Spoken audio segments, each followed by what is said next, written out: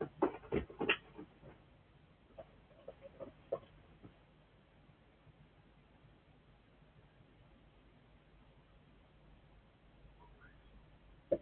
could be in there. Anything could be watching. Bucket tried to swallow. Couldn't get past constriction. You think you're the first one, Tim? The voice continued. Still using Bucket's exact inflection, his cadence, his accent. You think you're special? There was someone before you. Last year, a man named Tucker. Randy sent an image to do the same thing. Clear out the squatters. Make the building scary. Easy money. Tucker didn't make it out, Bucket. He's still here. Up on the fourth floor. Been there for 13 months now. Froze to death trying to dig through that wedge door with his bare hands. You'll find him if you look. Or maybe you won't. Maybe you'll be there, too busy trying not to end up the same way. The voice paused. Bucket could hear his own breathing, ragged and too fast, echoing back at him from the empty building. But you will end up the same way, I mean, because there's no way out. The doors are locked. The windows are too high to jump from without breaking your legs.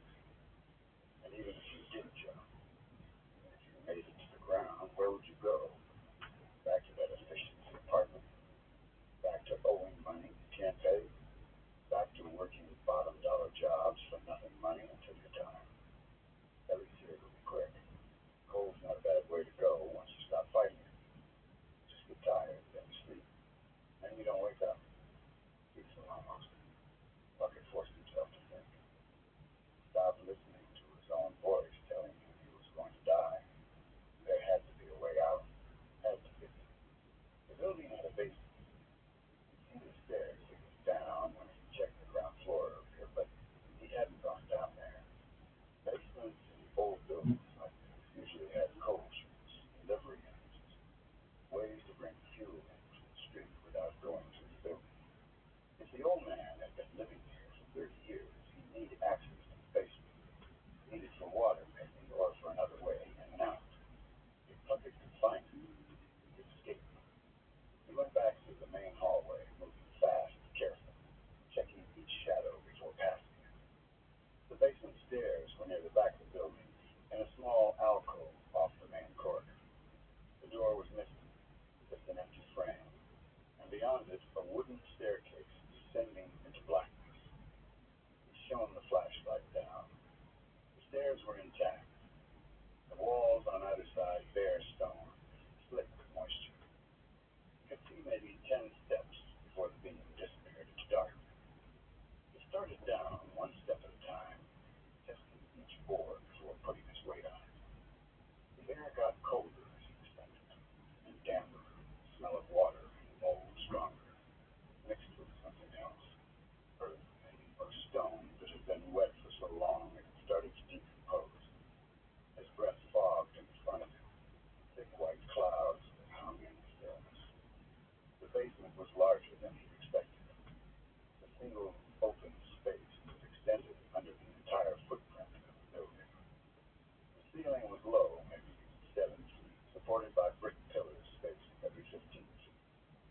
The floor was concrete, cracked and uneven, with water pooled below spots. The water was frozen solid now. Sheets of ice that reflected the flashlight beam made the space even bigger than it was. Made it seem like the floor went down forever. Bucket swept the light around, looking for exits, for windows, for anything that might lead outside. The walls were stone, original construction, from when the building was first erected in 1923. No windows, no doors visible. Just stone and mortar, dark sound of water. Flip, flip, flip, flip, with moisture falling from the ceiling into puddles. But at the far end of the basement, near what he figured was the front of the building, he saw something.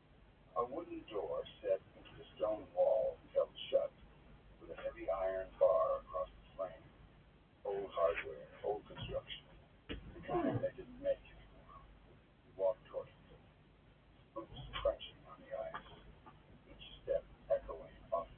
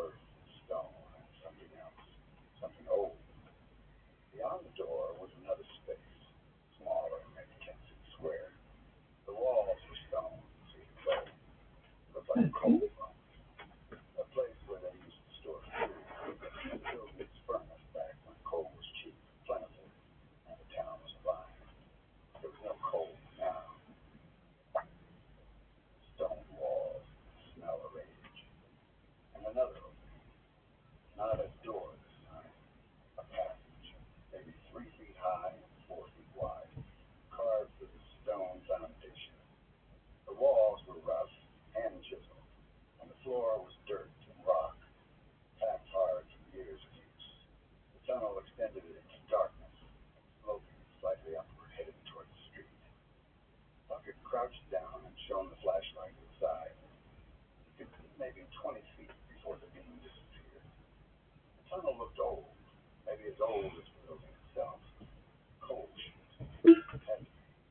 The walls were hand chiseled, the kind of work they did in the towns.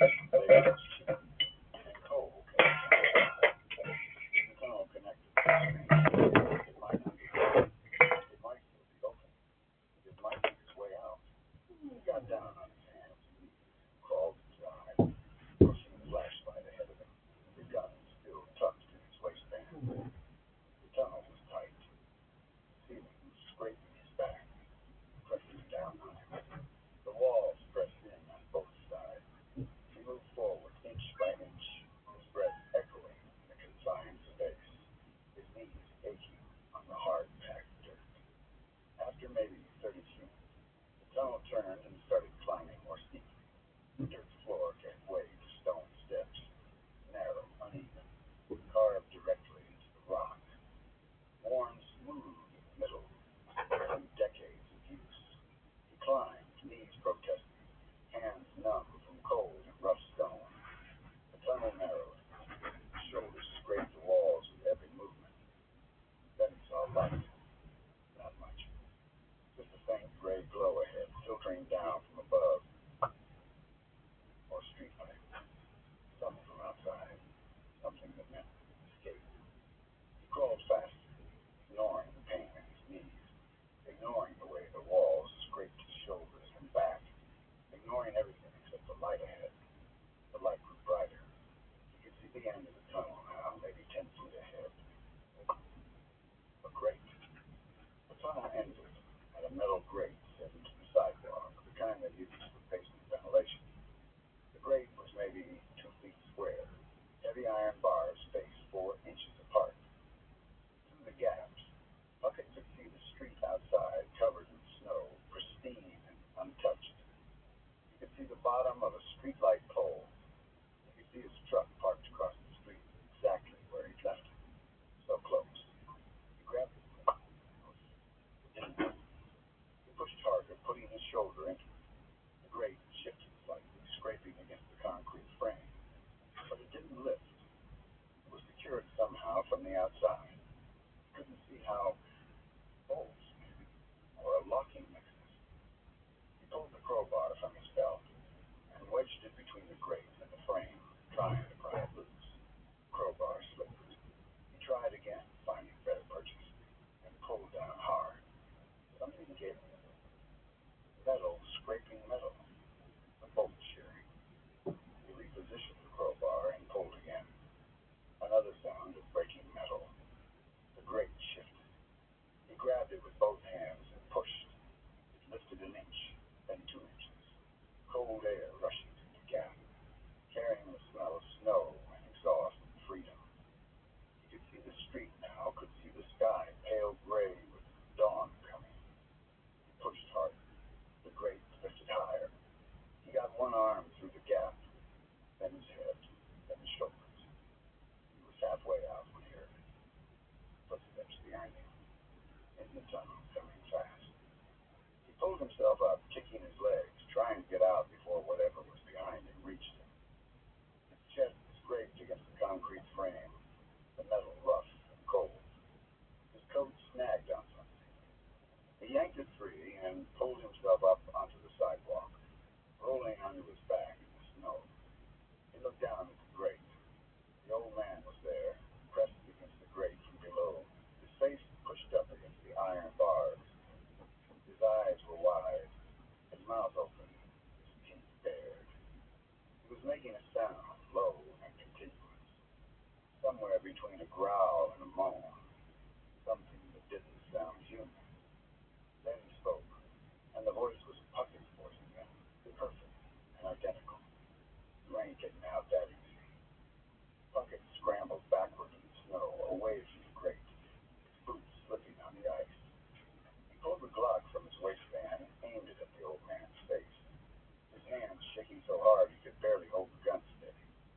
The old man smiled up at him through the bars, his broken teeth catching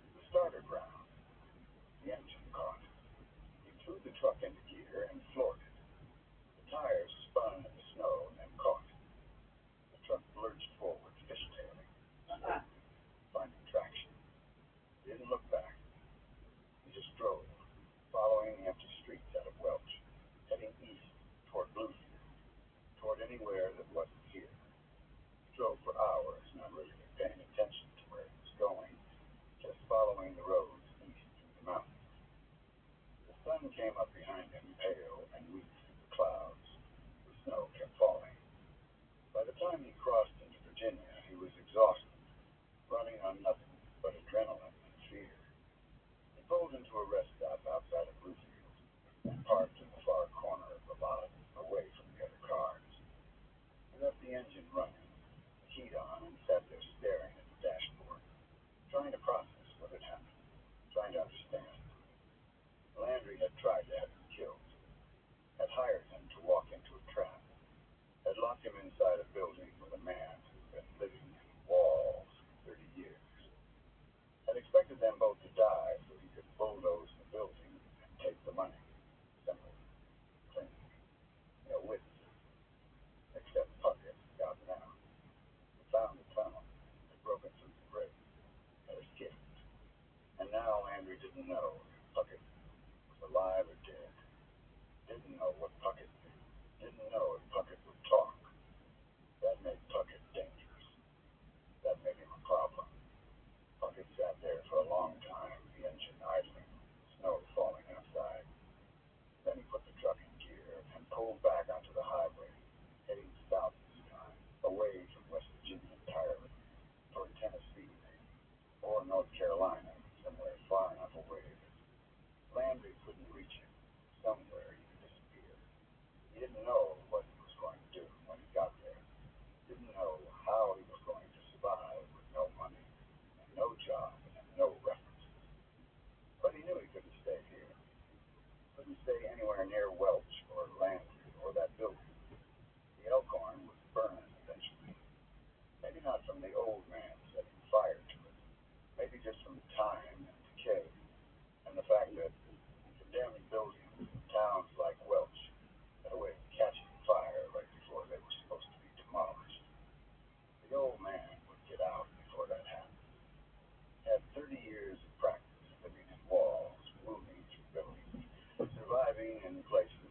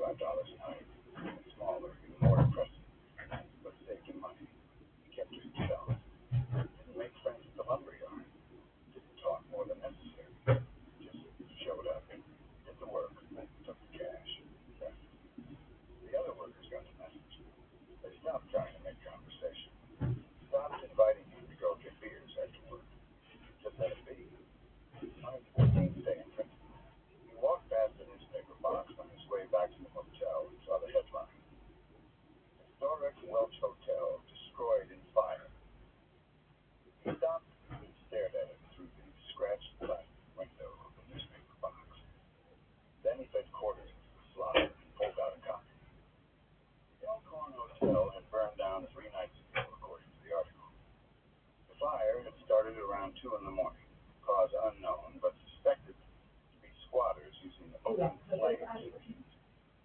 The building had been completely destroyed. The fire department had been burned in controlled manner rather than risk sending firefighters into the unstable structure.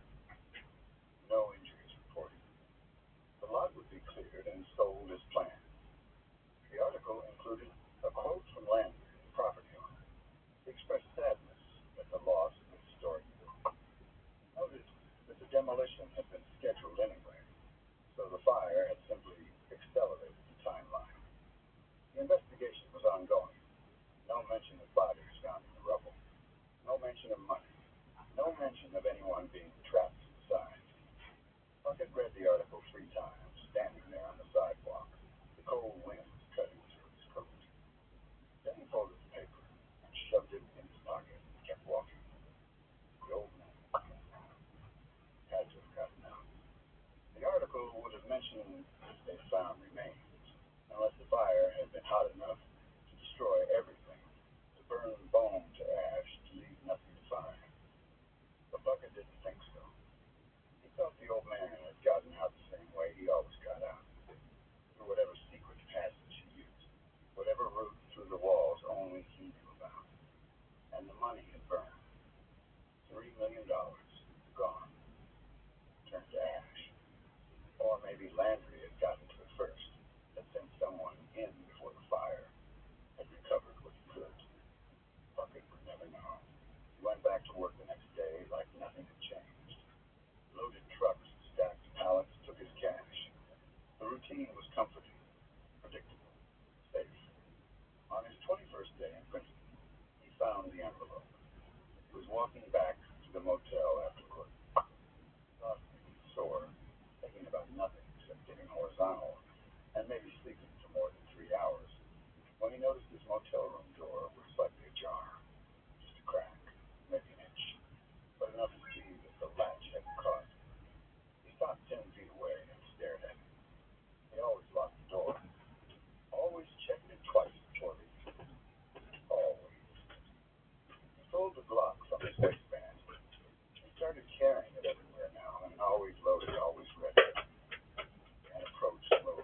He pushed the door open with his foot, gun ready, sweeping the room. Empty. Nobody in the bathroom. Nobody in the closet. Nobody under the bed. Just the room exactly as he'd left it. Television off, the lights off, bed made, everything gone, except for the envelope on the bed. It was white, letter size, thick. Written on it, neat handwriting. He picked it up. His hand started to shake. The envelope wasn't sealed. He opened it. Inside was cash. $100 bills, rubber banded together. He pulled them out and counted. $5,000, and underneath the cash, a photograph. Puckett pulled it out and looked at it. The photograph showed him walking into his motel room. This motel room, taken from across the parking lot, probably earlier that same day. Maybe that morning when he left for work. The image was clear, sharp. His face was visible. The room number on the door was visible. There was nothing written on the photograph. No message. No explanation. Just the image and the money. Puckett stared at it for a long time. Then he walked to the window and looked out across the parking lot. Nothing. No cars that looked suspicious. No people watching. Just the usual collection of beat-up vehicles and travelers passing through.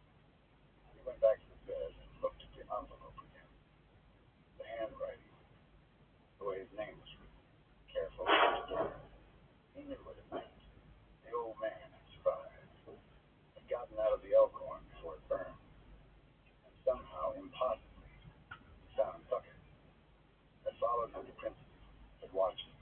Had learned where he was staying. Had broken into his room. Or just walked in.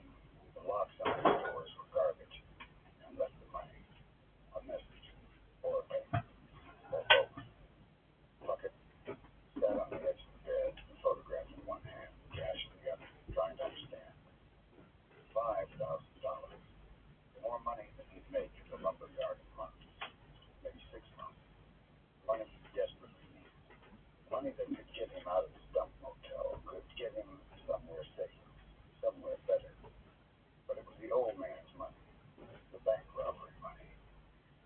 money that had been hidden in the walls for 30 years.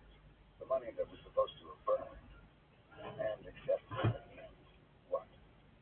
That he was connected to it now. That he was part of it. That he owed something. He looked at the photograph. Looked at himself, captured walking in the room, unaware he was being watched. The message was clear. I can find you. I can reach you. I know where you are. Bucket put the cash in the photograph back in the envelope and shoved it under the mattress. Then he packed his duffel bag. Didn't take long. He barely had anything. And checked out of the motel. Told the clerk he was leaving early, forfeiting the rest of the week he paid for. The clerk didn't care. He drove south, deeper into Tennessee, putting distance between himself and principle. He didn't know if it would help. Didn't know if you could run from something that had already found you once. But he had to try. He ended up in Crossville, a small town off Interstate 50. Big enough to get lost in, but small enough that work was available if you knew where to look. He found a job at a storage facility, night shift, doing maintenance and cleaning, and basically just sitting in an office making sure nobody broke in. The pay was nothing, $9 an hour, but it was steady and they didn't ask questions. He rented a room in a boarding house run by a woman who didn't care who you were as long as the rent came on time.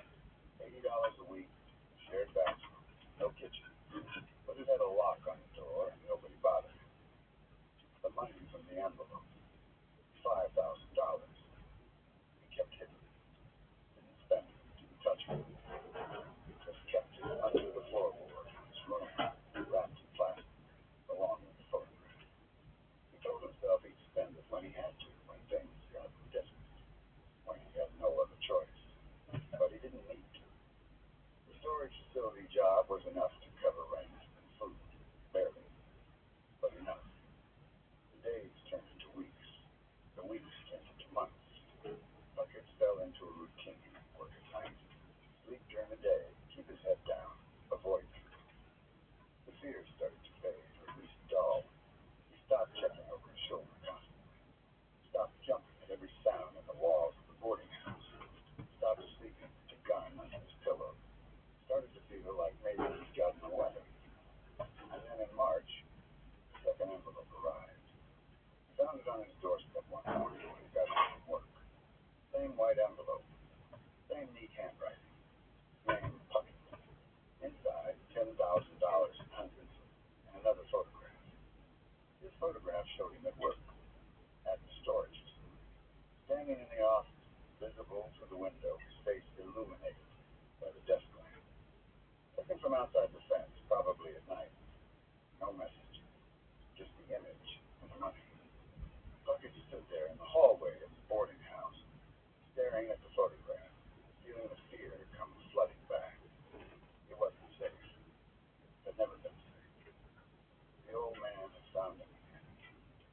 He took the envelope inside and hid the first one under the floorboard. $15,000 total now. More than he ever had saved. Money that felt like poison, like a curse, like something he should throw away but couldn't, because he needed it, because he might need it more later, because refusing it wouldn't change anything. The old man would still know where he was, would still be watching. Bucket stayed in Crossville. What else could he do? Running hadn't helped the first time. Wouldn't help now. So he stayed and he worked, and he waited for the next envelope. It came in May. $15,000 this time, and a photograph of him sleeping, taken from inside his room somehow, through the window maybe, or through a crack in the door. His face visible on the pillow, eyes closed, vulnerable. The old man had been inside his room, or right outside it, close enough to take the photograph, close enough to kill him if he wanted to, but he hadn't. Bucket added the money to the stash under the floorboard. $30,000 now, a fortune, a prison. On a Sunday morning in late June, Puckett woke up to find the fourth envelope. It had been slipped under his door during the night.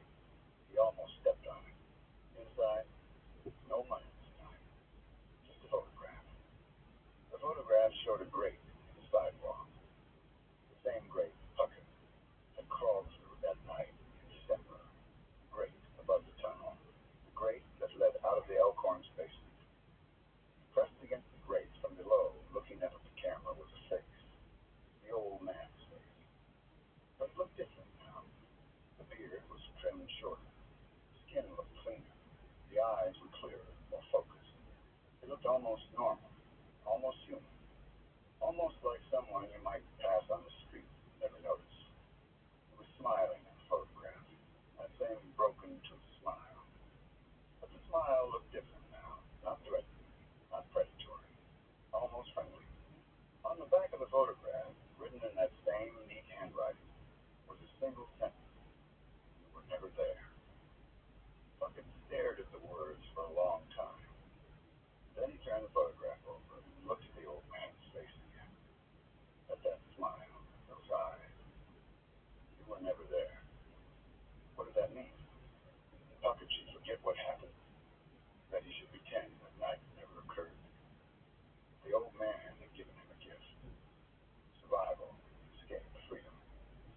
And now Puckett just needed to accept it and move on? Or was it a threat? A reminder that no one knew Puckett had been in the Elkhorn that night, that no one would believe him if he told them, that any attempt to talk about it would just make him look crazy or guilty, or both. Didn't know. Put the photograph with the others under the floorboard. The envelope stopped after that. No more money, no more photographs, just silence. Summer turned to fall. Fall turned to winter.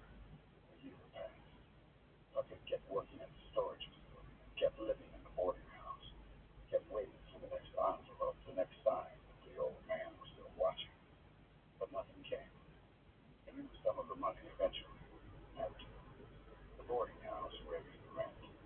And then his truck needed repairs he couldn't afford on storage facility wages. He pulled out a few $1,000s, told himself it was temporary, told himself he'd replace it somehow, but he never did. And slowly over months, the stack of cash on the floorboard got smaller as life left away. Rent, food, repairs, medical bills when he twisted his ankle at work.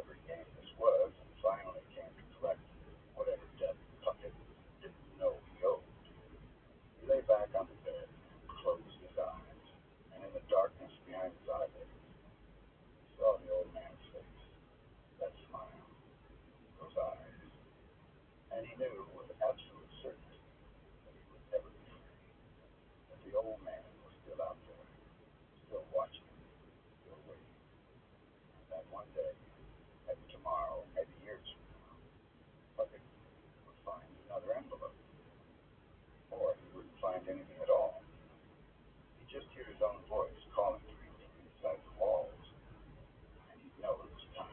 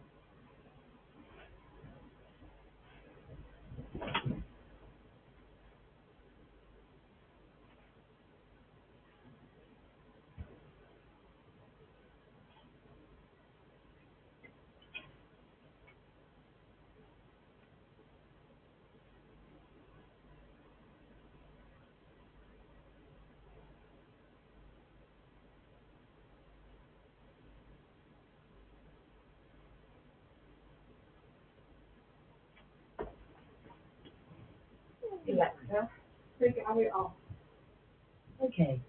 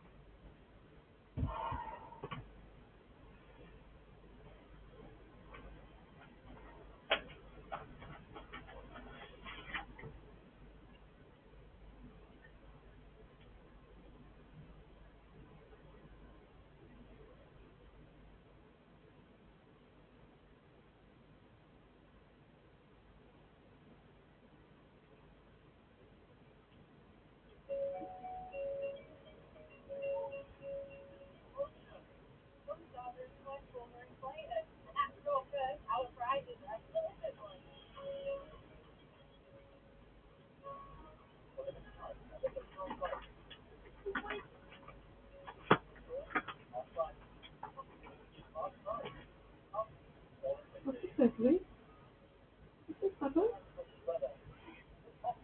Okay. Okay.